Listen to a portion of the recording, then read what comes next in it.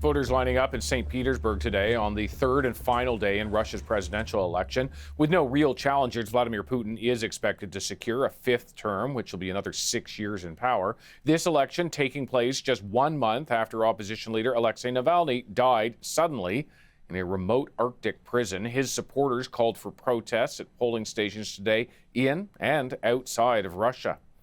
Just like Navalny, Vladimir Kara-Murza also survived 2 poisonings. He is also now serving a 25-year prison sentence for treason. The Russian opposition critic was arrested in April of 2022 for speaking out against Russia's war in Ukraine. He's currently being held in a Siberian penal colony.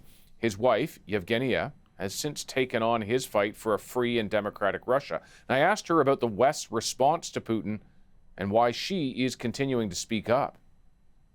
Evgenia, thank you very much for joining us today. Hello, David. Thank you for inviting me.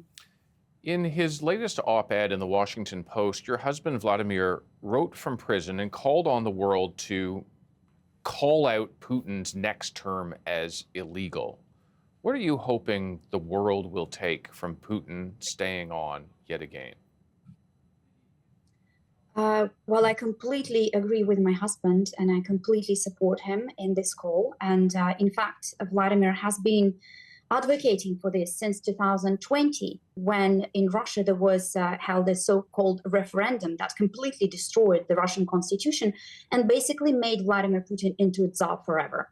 Since then, Vladimir has been saying that no other presidential term of Vladimir Putin would be legal. And of course, now we also see that the regime is leading an aggressive war against Ukraine for the last 2 years. And this so-called election will be held on occupied Ukrainian territories, where people are forced to accept Russian citizenship in exchange for humanitarian aid or medication. So yes, no such procedure can be seen as a legitimate by the free world. And Vladimir Putin should be called what he is in the truth, what he is in reality, a usurper and a dictator. Can I ask you about, Evgenia, your own circumstance? Your husband has faced 2 assassination attempts. He is now in a prison controlled by Vladimir Putin. In the wake of Alexei Navalny's death, where are your thoughts on a daily basis? On a daily basis, I'm trying to do my best to continue Vladimir's work, because I know how much his cause is important to him. And because as a Russian citizen, I also see it my responsibility to do everything possible to bring closer the end of the war and bring closer the collapse of the Putin regime in the Kremlin. So I'm just trying to do my best to be the voice for those whom the regime is trying to silence back home. All those hundreds and hundreds of political prisoners who, those people who stood up and bravely faced the regime and said no to the regime and to the war. And they are being held behind bars in impossible conditions nowadays. And I'm trying to do my best to make sure that the voices are still heard and the stories of their courage are known worldwide. So much of the Russian opposition has been eliminated, sometimes by imprisoning them, and in some cases, they have died, they have been killed. Navalny's former chief of staff attacked with a hammer in Lithuania just this week. Not the first time a critic of Putin has been attacked outside of Russia. What does it tell you about the Kremlin's reach, their willingness to attack in another country? Well, the attack on Leonid Volkov is obviously not the first one. Last year, 2 Russian journalists and the head of my organization, the Free Russia Foundation, were poisoned while on their trips to Western Europe. And now Natalia Arnaud, the head of my organization, is experiencing the same symptoms as my husband after his 2 poisoning. She has polyneuropathy. So yes, this is definitely not the first attack. And this attack on Leonid Volkov, I'm afraid, might not be the last one, because the regime is afraid of opposition. The regime shows that it will be prepared to go to any lengths to maintain its grip on power. And of course, because more and more Western leaders, more and more Western stakeholders are seeing the opposition to Vladimir Putin, these Russian pro-democracy and anti-war forces, as an alternative, as the only alternative acceptable, for the free world, because this is a democratic alternative. Because of that, of course, the regime realizes that this is an existential threat for them, and they will continue attacking us, I'm afraid. Is your life at risk when you speak out like this? I don't have the luxury of thinking about this, honestly. I think that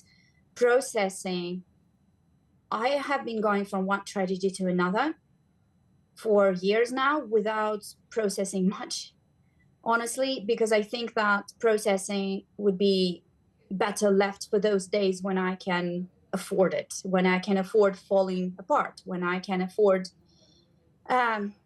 thinking about what is truly happening. For now, I just need to push forward, and I'm doing my best to just do that. Your husband, Vladimir, was granted honorary Canadian citizenship last June. Because you are speaking to people in Canada now, what would be your message to Canadians and to the government here? That I'm very grateful for that amazing gesture of solidarity and support that they sent not just to Vladimir, but to all those pro-democracy and anti-war Russians who are fiercely and bravely opposing the regime. And I believe that such messages are truly needed today, because if we want to see Russia a democracy one day, who's going to be there to build it? It is those people who are opposing the regime right now, who are fighting for a different Russia right now, who will be the ones to build the country from scratch when the regime collapses and turn it into a democracy. And I believe that they need all the support and solidarity of the free world today. Evgenia, in addition to the very important work that occupies much of your day, you are also a parent of 3 children. And those children, I must ask you, when was the last time they were able to speak to their dad who's being held in that penal colony? Last time they were allowed a phone call with their dad was last December. It was a 15-minute phone call. And because we have 3 kids, it meant that each got 5 minutes.